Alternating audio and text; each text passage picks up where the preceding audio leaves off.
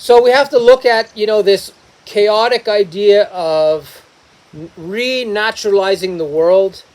And it's not monoculture, it is multiculture, where you basically hammer an area with, 300 different types of plants or seeds. Or so it's this like complete thriving as a unity.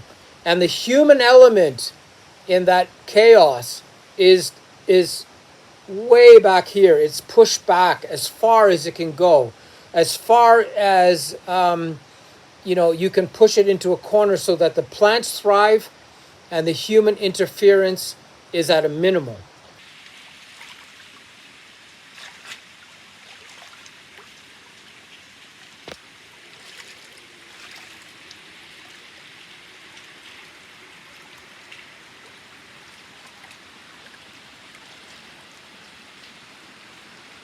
Yeah, I want to describe with a very simple definition what gardening is.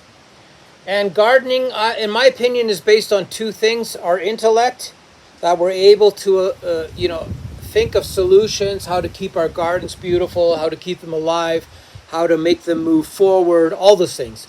That's the intellectual aspect of it. The second aspect are these guys, and these guys is the fact that we're able to move around, we're mobile, and plant material to the most part is very stagnant, very location based.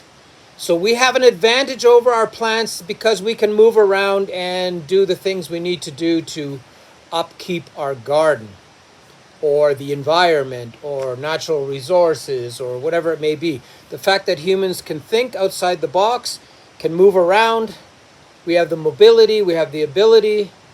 That is gardening for me. Now, what happens is we apply our intellect, our logic, our control, our desires onto our garden, onto our plants, onto the way we lay out our gardens. All those things are controlled by our desire or need to be in charge of everything that we do.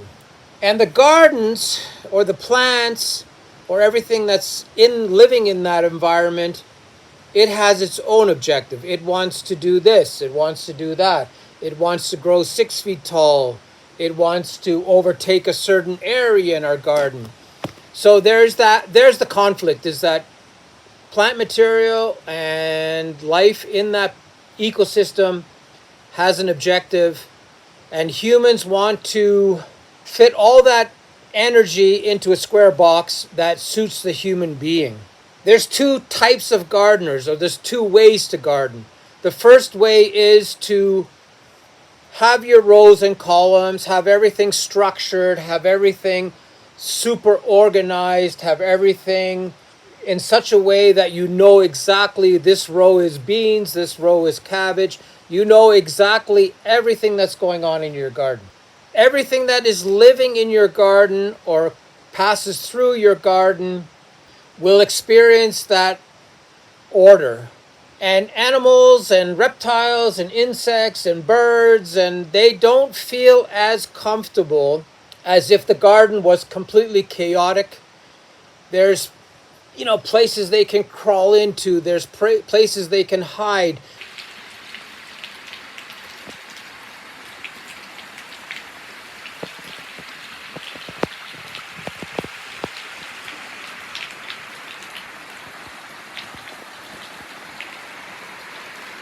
They can grab a strawberry. They can, do all those things because there's no visibility. They're very, very protected in your garden. So as a gardener, you got to say to yourself, can I give up those rows and columns? Can I give up being in complete control? Can I give up being the leader of my garden? Can I do that? And for a lot of gardeners, there's no way they can do that. They can't give up that structure. They can't give up that control.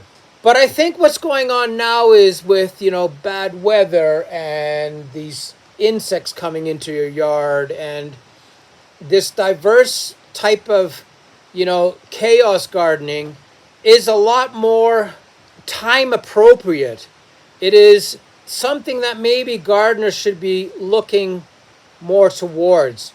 I have areas down below. I haven't been in those areas. I haven't done anything. And they look so beautiful. They are so grown into each other, entangled. And I guarantee you, if I go in there and wiggle around a bit, all kinds of life comes out. So this idea of gardening and using our intellect, our legs, our mobility, and our inabilities might be the way to go in a world where everything is controlled by humans. So, this food forest idea is interesting because they always talk about chop and drop, so you cut everything down and leave it where it is. But if you look at that in the planting sense, like you put the seeds in the ground or the seedlings and you leave it. You add a bit more here, you add a bit there, you cut a little bit of the top branches so there's light underneath. So you're interfering with your garden in such a way that it's minimal watering, minimal interference in terms of how you allow plants to thrive in a space. So by removing the interference, you have to go towards a more chaotic approach in gardening. And that chaotic approach is more natural. It is the way nature in a jungle or nature behaves in many other settings where it just basically takes over. When people or organizations reforest a bigger area, they'll plant all the trees in there. And they forget that these trees would love to have, clover or grass where you can put the tree inside those areas where everything grows together as a collective, as a group.